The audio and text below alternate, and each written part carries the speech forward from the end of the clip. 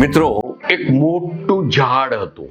ઝાડની બાજુમાં થોડેક અંતરમાં લગભગ 50-100 મીટરે એક નાનું તુલસીનું છોડ હતો. નાનું એક છોડ હતો. એ નાનો છોડ છે ને, એને એમ થતું હતું કે અરે હું તો જો કેટલું નિર્બળ, નાદુરસ્ત, હમણાં પડી જઈશ, અને આ તો જો કેવડું મોટો છે મારા કરતા, કેટલો મજબૂત છે, એમાં તો ફળ બી કેટલા મોટા મોટા થાય છે.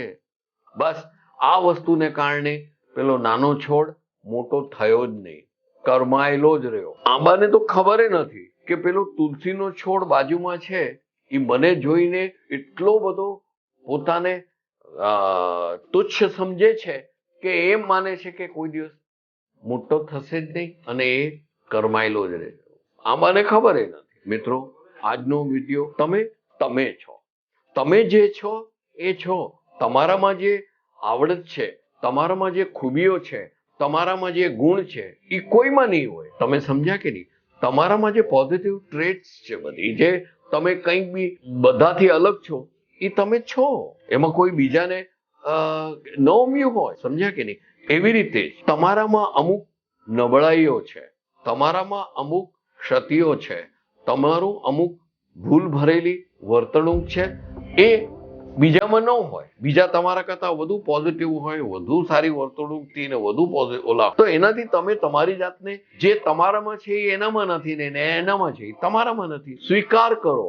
તમે જે છો એ છો. તમે નથી બદલી શકવાના કે નથી તમારે બદલાવું. તો એ વસ્તુને લઈને તમે જીવનમાં કોઈ દિવસ નાસીપાસ યા હેરાન નહીં રહો. સ્વીકારો. હા તો ક્યાં હો ગયા, હું જે છું એ છું. દુનિયાને જે સમજવું એ સમજે. હું તો ભાઈ આવો જ છું, એ સ્વીકાર કરો. હવે તમારે છે ને કોઈની શું કરવું જોઈએ કે તમારે કોઈની અસરમાં નહીં આવવાનું. કોઈ સફળ યુવક કે સફળ યુવતી તમારી સામે ઉભા રહે અને આમ કંઈક બોલે એટલે તમે તમારી જાતને એના સાથે સરખાવમાં કે ચાલો હું બી આના જેમ અવાજ, મારો અવાજ એવો ઘેઘોર કરી નાખું, હું એની જેમ સ્ટાઇલ મારું. નહીં. તે વ્યક્તિ તે છે ને તમે છો. એના અસરમાં નહીં આવો. એ ઠીક છે, એને એની રીતે જીવે છે, જીવવા દો. એ એની રીતે પૈસા કમાય છે, કમાવા દો. તો તમારે એનું અનુકરણ કરવાની જરૂર નથી. બરોબર? બીજી વસ્તુ આવે છે કે કોઈના પૈસામાં તમે અસરમાં ના આવો.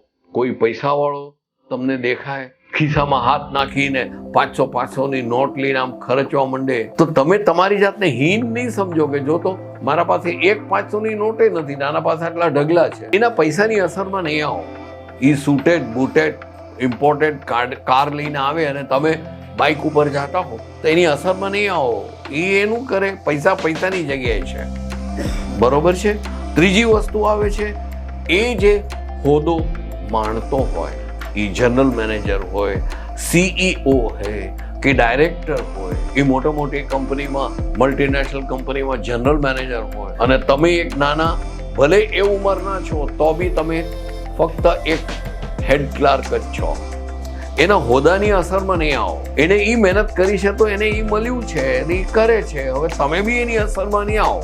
તમે બી મહેનત કરો. તમે તમારી રીતે તમારું સ્થાન ઊભું કરો.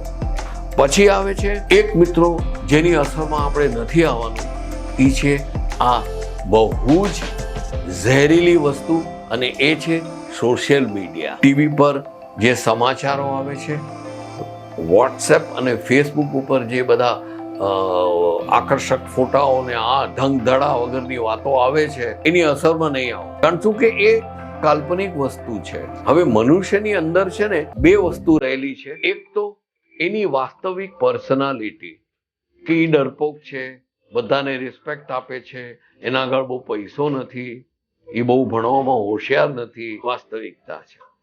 એની અંદર જ એક બીજું વ્યક્તિત્વ રહેલું છે, મારફાટ. જેવી રીતે હિન્દી સિનેમામાં આપણે જોઈએ છીએ ને કે એક હીરો છે, એ એકલા હાથે 40-50 ગુંડાઓને માર નાખે, ધડાધડી આગ લગાડે ને કૂદે ને નાચે ને ગમે તે કરતો હોય.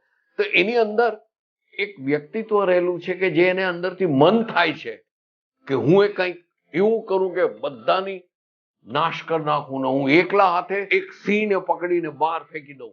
એવી તમારી અંદર ગુસ્સો આવે, એવું તમારી અંદર જનૂન આવે, એવું વ્યક્તિત્વ અંદર રહેલું છે. હવે એ બે વ્યક્તિત્વ જે સામસામે જ્યારે ટકરાય છે, બે જણા સામસામે ઝઘડે છે, ત્યારે શું થાય છે કે માણસ છે ને મનથી ભાંગી જાય છે. કારણ શું કે જે છે એ કાલ્પનિક વસ્તુ નથી થઈ શકતો, એટલે એને સ્વીકારતો નથી, એટલે માનસિક રીતે ભંગાઈ જાય છે. એટલે કોઈની વ્યક્તિત્વના કે કોઈના પ્રભાવમાં કોઈ દિવસ ના આવો. હવે આજે તમે જુઓ છો કે ચકાચૌંધ કરવા વાળી બધી દેખાદેખીની વસ્તુઓ થઈ ગઈ છે. જાત જાતના સૂટ બૂટ, અત્તરો છે, સ્પ્રે છે, ગાડીઓ છે, બંગલાઓ છે, ઇમારતો છે, ડેકોરેશન છે, પોતાના ફ્લેટનું, એ બધું એટલું આકર્ષિત કરે છે કે સામી વ્યક્તિ એની અસરમાં આવી જાય એટલે એ બરબાદ થઈ જાય. અરે હું આનું 1% બી નથી કરી શકતો. એ ફેન્સી વસ્તુઓ જે છે એની અસરમાં ના આવો. તો તમે કહેશો કે ક્યારનો હું કહું છું અસરમાં નહીં આવો, અસરમાં નહીં આવો, અસરમાં. તો અસર કઈ વસ્તુમાં આવો? ફક્ત 3 વસ્તુ છે. તમે કરુણાની અસરમાં આવો, તમે હિંમતની અસરમાં આવો. કોઈ વ્યક્તિનું હિંમત જોઈને તમને એમ થવું છે કે વાહ બે વાહ, આની હિંમતને રંગ છે, એની અસરમાં આવો.